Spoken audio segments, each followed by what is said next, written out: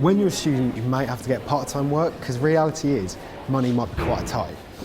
I'm here with Elliot, a third-year literature student, to discuss some of the opportunities we've taken while studying and has helped us develop.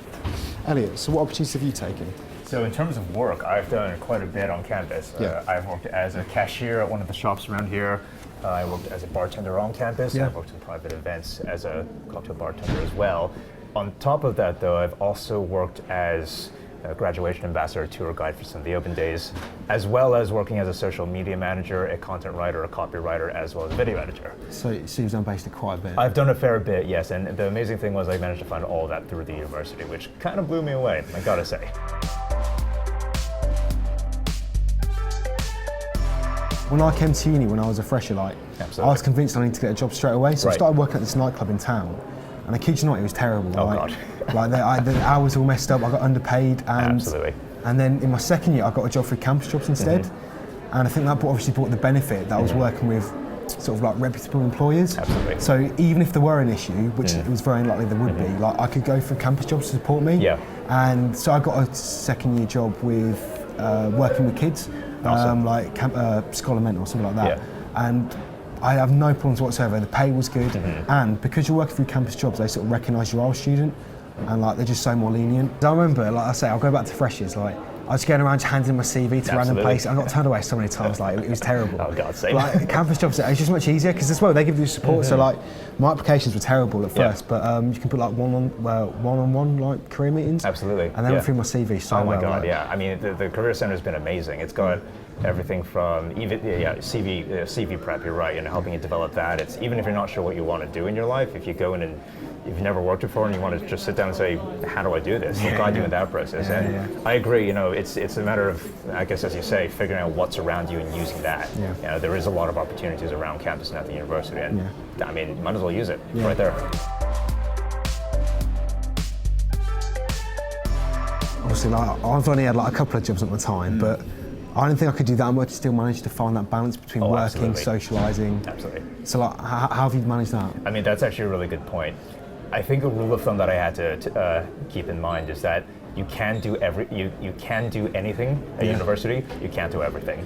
A lot of the times you're going to have to pick and choose what's going to be important. So sometimes it's going to be a matter of between social life study, career preparation, and say personal hobbies. You may only be able to do 2 or 3 out of those 4, and you have to prioritize at different points. So maybe one term I sit down and think, all right, this is the term where I really need to get my CV up to order. I'm going to focus on these projects.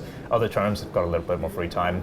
Can focus on personal hobbies and societies. So it's being smart about it and being organized, I think. But it's never impossible. I think to ever get to the point where you think, you know what, I'm actually doing too much. I need to pull away a little bit. 100%. I think it's kind of just a learning curve, isn't it? It's like you do have to kind of find that balance. Sometimes I was thinking, oh yeah, I just need to go crazy. And I think one of the low points was definitely I was finishing bar jobs, coming home at 3 in the morning, and getting up at 6 o'clock for a 7 o'clock start for graduation or like tour guiding, like, you know, for some of the university open days, and that was pretty draining. It's like at that point, when your life is kind of nothing else, that was when I was like, probably need to step down a little bit. 100%. But definitely that was a low point. Well, that's what I thought. Like, you sort of need to make sacrifices. So like, I've like, when in my third year, I got my dissertation to focus on everything, and like, I still want to have a social life. And the way I've sort of found it's right, I need, like, it's like you said, make sacrifices. So whether that's me staying an extra week at university over Christmas, and that helps me catch up, because realistically, I think we need to work out where you work best. So at home, I do nothing. Like, I'll be sat in front of the desk for like 5 hours to get like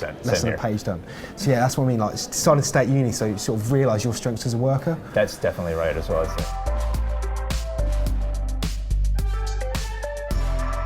One thing like I would say to like people who are thinking about getting involved with extracurricular activities, like, it's not essential, but sometimes have an idea of what you want to do. So for example, I wanted to go into the police, and I wanted to volunteer.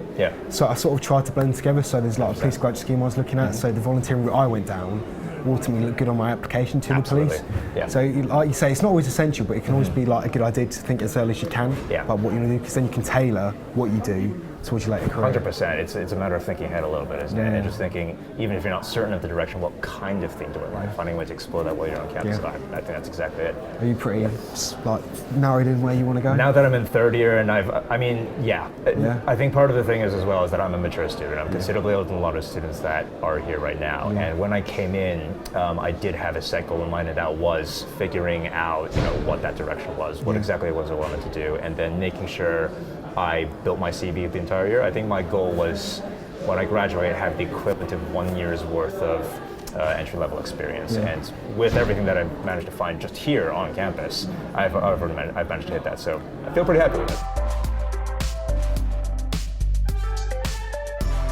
I think there is one thing that I would definitely say, and this was very much the case when I came in. You're going to feel, hear, and get a lot of pressure about, you need to know what you're doing, you need to know your direction. Kind of doesn't matter.